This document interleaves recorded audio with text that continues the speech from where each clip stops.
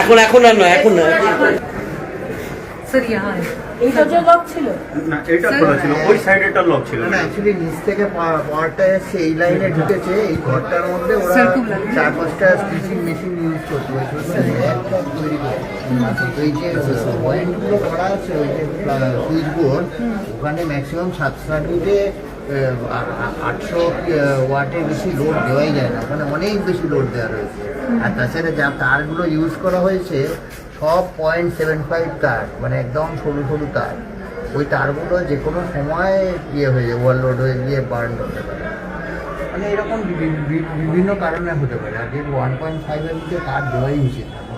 যেটা থাকতো তার মধ্যে হচ্ছে এদের কেয়ারটেকার কাম হচ্ছে কাইন্ড অফ সুপারভাইজার ছিল, কি হচ্ছে কোয়ালিটি কন্ট্রোল, মানে একে এখানে একটা আলাদা দিয়ে রেখেছিল, মানে এর কিছু একটা এর পোর্টফোলিও ছিল।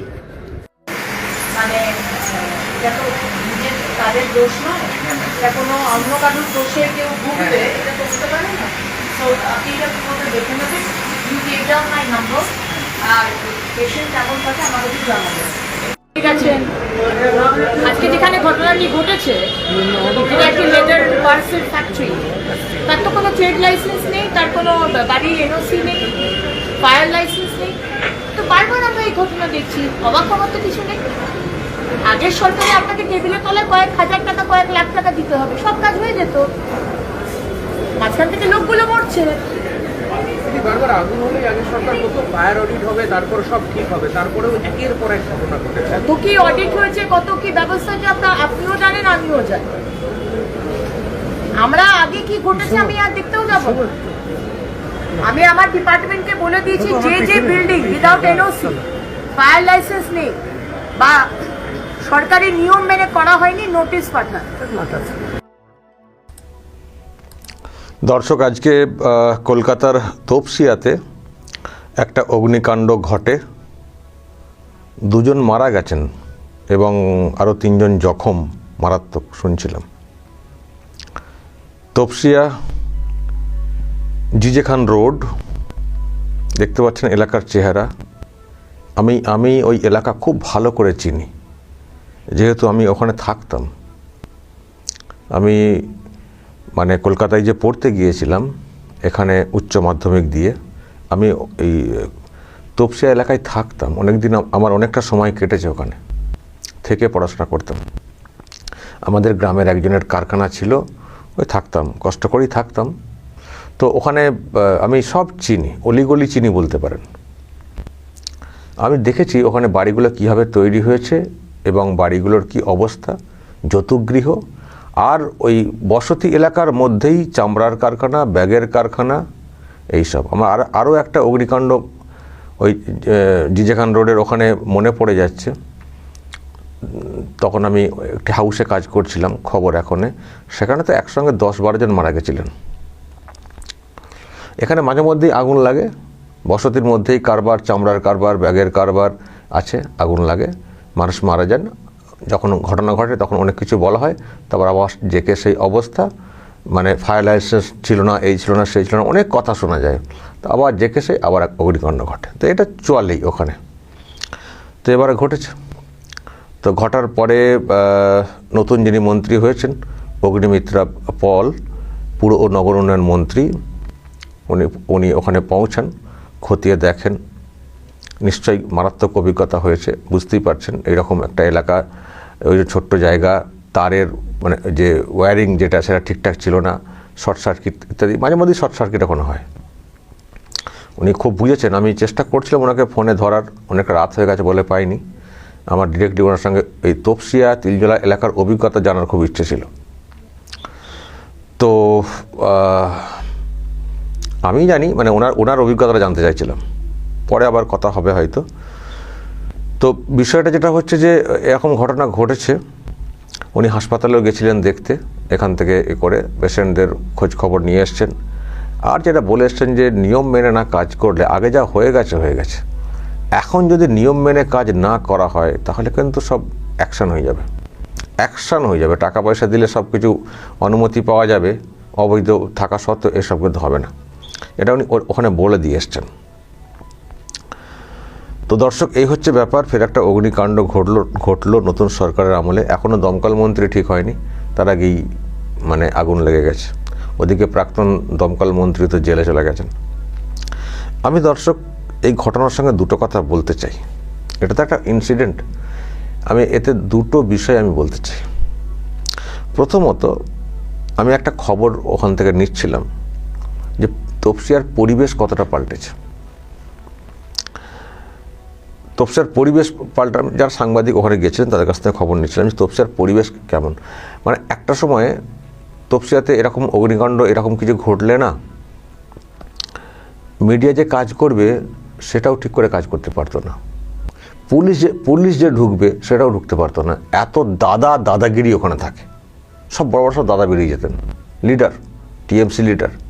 না মিডিয়াকে ঠিক করে কাজ করতে দেবে, না মিডিয়াকে ঘটনার গভীরে পৌঁছাতে দেবে, না পুলিশকেও মানে পৌঁছাতে দেবে। বিরাট সব দাদা, সব ব্যারিকেড করে থাকবে, এর বেশি যাওয়া যাবে না ইত্যাদি। আমি আজকের যে রিপোর্টটা পেলাম দর্শক, যে সেই সব দাদাগিরি শেষ, শুধু সরকারটা পাল্টেছে, সব দাদাগিরি শেষ। আজকে নাকি কেউ কোনো বাধা দিচ্ছিলেন না, যেসব দাদাদেরকে দেখা যেত ওইসব এলাকায় কেউ নেই, মিডিয়া অবাধে কাজ করেছে, যতটা গভীরে যাওয়ার রিপোর্টের জন্য যেতে পেরেছে, কোনো সমস্যা নেই। পুলিশও তাদের মতো করে কাজ করতে পেরেছে। এবং আজকের এই যে পরিবেশ ছিল কাজের নিরিখে এরকম একটা ঘটনা, সেখানে পুলিশও অবাক, মিডিয়ার লোকেরাও অবাক যে এত চেঞ্জ হয়ে গেল। দেখুন, এই তপসিয়ার এইসব এলাকা মুসলিম অধ্যুষিত, যেখানে ঘটনা ঘটেছে পুরো মুসলিম এলাকা। তো সেখানে মানে এই না যে ওখানে সব বিজেপির লোক, মানে বিজেপির কোনো ভোট পড়েছে, ওখানে একচেটিয়া টিএমসি। বামেদের কিছু ভোট একটা সময় ছিল, এখন একচেটিয়া টিএমসি, জাভেদ খানের এলাকা, বুঝতেই পারছেন। তো ওখানে বিজেপি নেই লোকালি, সব টিএমসির মানে মুসলিম শুধু সরকারটা হয়ে গেছে বিজেপির, সব ঠান্ডা হয়ে গেছে, সব ঠান্ডা, বলছে পুরো ঠান্ডা। আমি দর্শক যেটা ভাবছিলাম, যদি এইরকম ঠান্ডা পরিবেশ থাকতো, তাহলে এই যত গৃহ, এই যে যত ইলিগাল কনস্ট্রাকশন, ওখানে আপনি যদি যান, প্ল্যান করা, পাস করা, যদি বিল্ডিং খুঁজে দিতে বলি, আপনি শয়ে হাজারে বিল্ডিং ক্রস করে চলে যাবেন, প্ল্যান করা বাড়ি পাবেন না সহজে। হয়তো তারার মতো একটা দুটো থাকতে পারে, সব ইল্লিগাল, ম্যাক্সিমাম ইল্লিগাল। যেমন করে পেরেছে তুলেছে, ছাড় কোনো বালাই নেই, ফায়ার সেফটি মেজার্সের কোনো বালাই নেই, যে বিল্ডিং তৈরি হয়েছে তার মেটেরিয়ালসের কোনো নেই। 20 বছর এখন তো সব এই সবে শুরু হয়েছে, তো এবার দেখবেন আর কয়েক বছর পর কীভাবে দেখবেন বিল্ডিংগুলো খসে পড়ছে আর বড় বড় দুর্ঘটনা হয়ে যাচ্ছে। আর একটা বিল্ডিং যদি 4 তলা হয়, 4 তলাতে যদি এক একটা তলায় যদি ছোট ফ্ল্যাট 2টো বা 3টে থাকে, ছোট বাড়ি তো সব ওখানে, তো তার মানে একটা বিল্ডিংয়ে যদি 12টা পরিবার থাকার মতো জায়গা থাকে, সেখানে লোক থাকে অন্তত 100। সব বিল্ডিং ওই রকমই, সব বিল্ডিং মানে খাটের ওপরে বাবা মা, খাটের নিচে 3টে ছেলে, 4টে 6টা ছেলে, যা সব আর মানে এই টাইপের লোকে গিজগিজ করে তপসিয়াতে। এমনই মানে কনজাস্টেড এমন অবস্থা, এত লোকের বসবাস ওখানে। একটা বিল্ডিং যদি কোনো কারণে কোলাপস হয়ে পড়ে, কত লোক যে মারা যাবেন আমি মাঝে মধ্যে ভাবি। তখন থাকতাম, আমারও মানে উপায় ছিল না, থাকতাম ওখানেই থাকতাম। আমার খুব কষ্টের লাইফ গেছে কলকাতায়, তো ভাবতাম, কিন্তু কিছু করার ছিল না। আমি কদিন আগে একবার গেছিলাম, থাকিনি, মানে একটা কাজে ওই দিক দিয়ে, কদিন বলতে তাও হয়ে গেছে 1 বছরও গেছিলাম। আমি ভাবছিলাম যে যা দেখতে পাচ্ছি, যে মাঝে মধ্যে ভূমিকম্প শুনি না, যদি একবার দুলে যায় ওই এলাকাটায় কী হবে। কোনো কোয়ালিটি নেই, বিল্ডিংয়ের কোনো কোয়ালিটি নেই, কিচ্ছু নেই। অনেক বিল্ডিংয়ের প্লাস্টারই করা হয়নি এখনও, বাইরে প্লাস্টার নেই, ড্যাম হয়ে। তো এগুলো কী হবে বলুন তো? আর 10 বছর, মানে আর ধরুন অনেক বিল্ডিংয়ের বয়স 20 বছর পার হয়ে গেছে, আর ধরুন 10 বছর 20 বছর ধরছে, তারপর কি হবে ওগুলো? তার মধ্যে কোনো একটা ঘটনা দুলে যায় একবার, আমাকে ভাবায় যে এই সব এলাকা, রাজাবাজার, মেটিয়া বুরুজ, মুসলিম এলাকাগুলো, ট্যাংরা, যেগুলো মুসলিম এলাকা সেখানে এই রকম সব ইলিগাল কনস্ট্রাকশন অবাধে হয়ে গেছে, পুলিশও জানতো, নেতারাও জানতেন, সব পয়সার বিনিময়ে square foot per square foot টাকাটাকে বুঝিয়ে দাও পুলিশকে এবং নেতাদেরকে। এইভাবে ওখানে হয়েছে কারবার, নেতারা ফুলে ফেপে উঠেছেন, কিন্তু মানুষজন তারাও অনেক টাকা দিয়েই কিনেছেন তাদের মতো করে, তারা ওই বিপদকে হাতে নিয়ে থাকেন। আর এই যে দেখুন না, ফায়ার সেফটির কোনো বেলাই নেই, একটা আগুন লেগে গেলে বেরোতে পারবেন না, ছোট্ট ছোট্ট সিঁড়ি বেরোতে পারবেন না। আমার অভিজ্ঞতা আছে তপসিয়া সম্পর্কে, আমি সেই জন্য কথাটা বলছি, পুরো অভিজ্ঞতা আছে, আমি ওখানকার প্রতিটা গলি গলি সব বলে দেবো। অনেকগুলো বছর কেটেছে আমার, অনেকগুলো বছর, 99 সাল থেকে 99 থেকে আমি ওখানে ছিলাম অন্তত 5-6 সাল বা তারও বেশি, না মাঝখানে আরও একবার থাকতাম, ফ্যামিলি নিয়েও ছিলাম। খুবই বিপজ্জনক জায়গা। তো যারা খুবই আমাদের মতো লোক, আমরা হাই রেন্টে ছিলাম, কোনো ফ্ল্যাট কখনো ছিল না, আসলে ওখানেই থাকতাম, তো পড়াশোনা করতাম, তো একটা পরিচিত হয়ে গেল। আমার বিয়ের পরেও আমি কিছুদিন ছিলাম ওখানে, তারপর তো আরামবাগ চলে এসেছি। তো দর্শক, আমি যেটা বলছি যে পরিবেশ পাল্টেছে, তখন কি দাদাগিরি, এটা এখন শুনলাম পরিবেশ পাল্টেছে। আমি সেই সঙ্গে আর একটা কথা বলি, অগ্নিমিত্রা পল নগর উন্নয়ন মন্ত্রী হয়ে ওখানে পৌঁছে গেছেন। কেন গেছেন ওখানে? কেন গেছেন বলতে আমি এই সেন্সে বলছি, ওনাদের কি যাওয়ার কথা ওখানে, বা ওনারা যাবেন এই প্রত্যাশা কি ওখানকার মুসলিমরা কখনো করেছিলেন? যদি করে থাকেন কেন করবেন? আপনারা তো বলতেন যে বিজেপি মুসলমান বিরোধী, সুতরাং বিজেপিকে আনা চলবে না, মুসলমানদেরকে বের করে দেবে, মুসলমানদের জন্য কিছু করবে না, বিজেপি সরকারের না। টিএমসি বুঝিয়েছে, আপনারা বুঝেছিলেন। তো তাই বলছি যে, এবং এনারা তো হিন্দু ভোটটাকে ঐক্যবদ্ধ করার জন্যও হিন্দু ভাই বলেছিলেন, কিন্তু তারপরেও কেন গেছেন? তো যখন গেছেন তার মানে কি প্রমাণ হচ্ছে? এটাই প্রমাণ হচ্ছে ওনারা যে কথাটা বলেছিলেন, শুভেন্দু অধিকারী মুখ্যমন্ত্রী, উনিও বলেছিলেন সরকার কিন্তু সবার। আক্ষেপ আছে আমাদের যে মুসলমান আমাদেরকে ভোট দেন না, তাদেরকে বাদ দিয়ে আমাদেরকে ভাবতে হবে ফালতু সময় নষ্টর দিকে। সরকার কিন্তু সবার। কথা কি রাখছে এই সরকারটা? পুরো নগর উন্নয়ন মন্ত্রী কি গেছেন? যাওয়ার তো কথা না তো, কারণ বিজেপির সরকার, মুসলমানদের দেখতে পারবেন না এনারা, এটাই তো বলতেন। তো সেই জন্যই তো আটকানোর জন্য ভোট দিতেন, দিদিকে আনার চেষ্টা করতেন। গেছেন কি এনারা? নাই যেতে পারতেন। মুসলিমদের সেই অর্থে ভোট নেই, কিছু সামান্য থাকতে পারে, এসেছে। মুসলিম ভোটের উপর নির্ভর করে কিন্তু পরিবর্তন আসেনি, বরং মুসলিম ভোটের জন্য পরিবর্তন আটকে যাচ্ছিল, সেটা ওনারা ভালো করে জানেন। ওনাদের সনাতনী হিন্দুদের ভোটে সরকারটা এসছে, কিন্তু সরকার যখন গঠন হয়েছে, যখন অগ্নিকাণ্ড ঘটেছে, সরকারের মন্ত্রী ছুটে গেছেন। এটা হচ্ছে সরকার, জনগণের সরকার। এটা টিএমসির সরকার না, বা এটা বিজেপির সরকার না, জনগণের পশ্চিমবঙ্গ সরকার। যেটা সমীর ভট্টাচার্য বলেছেন, এটা কিন্তু পশ্চিমবঙ্গের রাজ্য সরকার, পার্টির সরকার না, মেনটেন করছেন। আবার বলছি, ওনাদের আক্ষেপ আছে, থাকারই কথা। যতই কেন্দ্রীয় সরকার সবার জন্য উন্নতি করুক, তবুও একটা অ্যান্টি বিজেপি নানানভাবে করা হয়, আর ভোট আসে না, টিএমসি যা বলে তাই শোনে। তো এনারা ওই বাদ দিয়েই ভোটটা করিয়ে জিতেছেন। কিন্তু সরকার যখন গঠন হয়েছে, নতুন সরকার, ছুটেছেন অগ্নিমিত্রা পল, একবার এলাকা ঘুরেছেন, দেখেছেন, হাসপাতালে বলে এসছেন কোনো কিছু হলে আমাকে খবর দেবেন। তারপরে তো ওইসব বলছেন, অ্যাকশান কিন্তু এবার হবে ডিরেক্টলি, কোনো ছাড়ছড় নেই, নিয়ম মেনে কাজ করো, নাহলে হটো। কোনো কারখানা, বসতি এলাকায় কারখানা, তার কারখানার পরিবেশ আছে কিনা, ফায়ার লাইসেন্সের যে ব্যাপার আছে কিনা, এইসব দেখতে হবে। থাকলে করো, না হলে হটো, এটাই করতে হবে। তো দেখুন, হিন্দু মন্ত্রী বলবো আমি, এই সরকারটা যেহেতু ওদের ভোটে এসেছে, আমার বলতে কোনো দ্বিধা নেই। আমার আবার কি আছে, সত্যিই তো আমি তো ফ্যাক্টটা আমি বুঝি, তো ফ্যাক্টটা আমি বুঝি, বা আক্ষেপটাও তো বুঝি। আমি তো কতবার বোঝানোর চেষ্টা করেছি। তো এই যে উনি গেছেন, এটা মুসলিমদের শুকরিয়া আদায় করা উচিত, যে যা বলতাম কত কি আমাদেরকে ভাবানো হতো, কিন্তু বাস্তবটা কি দেখছি। ছুটে চলে এসছেন তপসিয়া, নাই যেতে পারতেন, চলে এসছেন। শুকরিয়া আদায় করা উচিত এই যে অগ্নিমিত্রা পল গেছেন। আমি একটা কথা শুধু বলে শেষ করব, দিদি এখন মন্ত্রী, আপনি তো গেলেন, দেখে তো এলেন, নগর উন্নয়ন মন্ত্রী হয়েছেন, নিশ্চয়ই আরও অভিজ্ঞতা হবে। এইগুলোর একটা বিহিত করুন, এত ইলিগাল কনস্ট্রাকশন হয়েছে। এইগুলো যদি একটা কিছু ঠিকঠাক দিক না বের করা যায় না, বড় বিপদ কিন্তু চোখের সামনে। পিলপিল করে লোকজন মারা যাবেন, পিলপিল করে।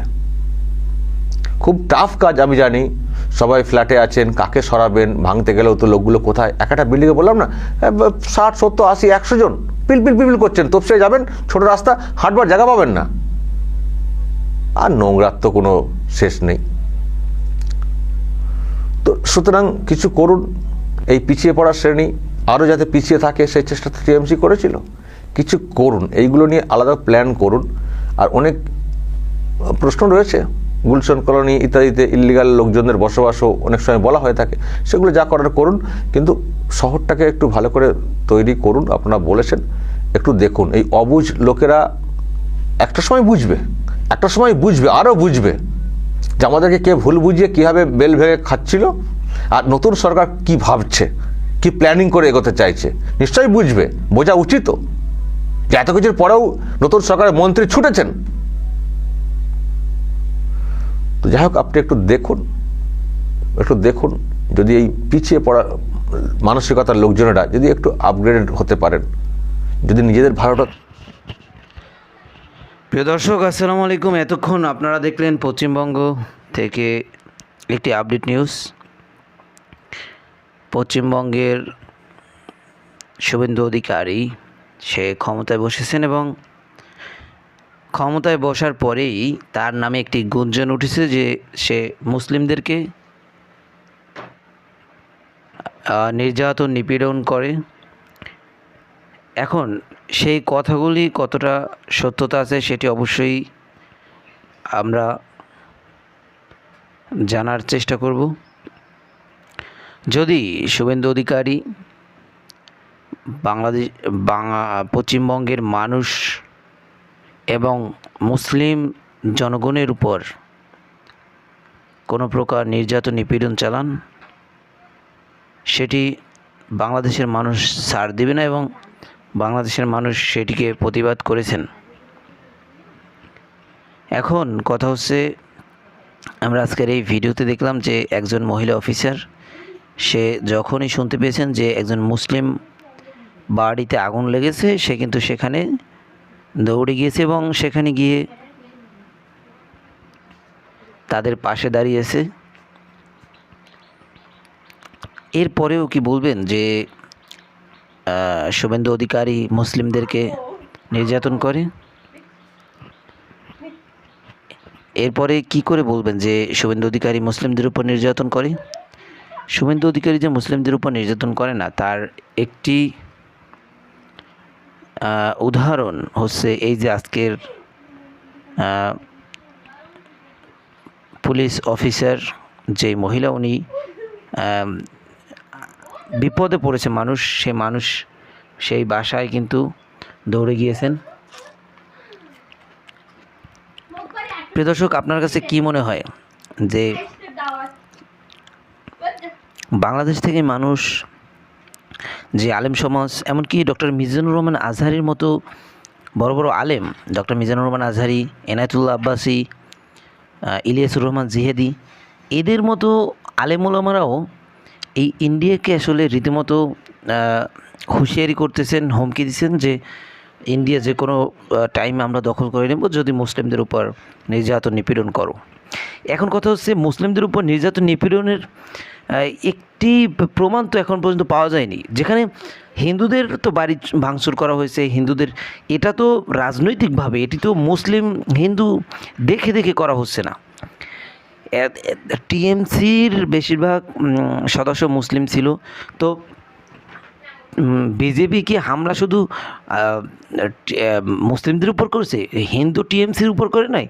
মমতা ব্যানার্জির যেই হিন্দু যারা সমর্থক ছিলেন তাদের উপর কি করে নাই? অবশ্যই তাদের উপর করেছে। সেই বিষয়টি কিন্তু আমরা দেখেছি এবং এটি প্রমাণিত। আশা করি আপনারা বুঝতে পেরেছেন প্রিয় দর্শক। যাই হোক, যদি ভালো লাগে ভিডিওটি একটি সাবস্ক্রাইব করবেন এবং একটি লাইক দেবেন, একটি কমেন্ট অবশ্যই করবেন। পরবর্তী ভিডিও দেখার জন্য একটি সাবস্ক্রাইব করে রাখবেন। যদি আপনি সাবস্ক্রাইব করে রাখেন তাহলে পরবর্তী ভিডিও যখন এই চ্যানেলে আপলোড করা হবে সাথে সাথে আপনার কাছে একটি নোটিফিকেশন চলে যাবে, আপনি সবার আগে আমাদের এই ভিডিওটি দেখতে পারবেন। ভালো থাকবেন, সুস্থ থাকবেন। আজকের মতো এখানেই শেষ করলাম।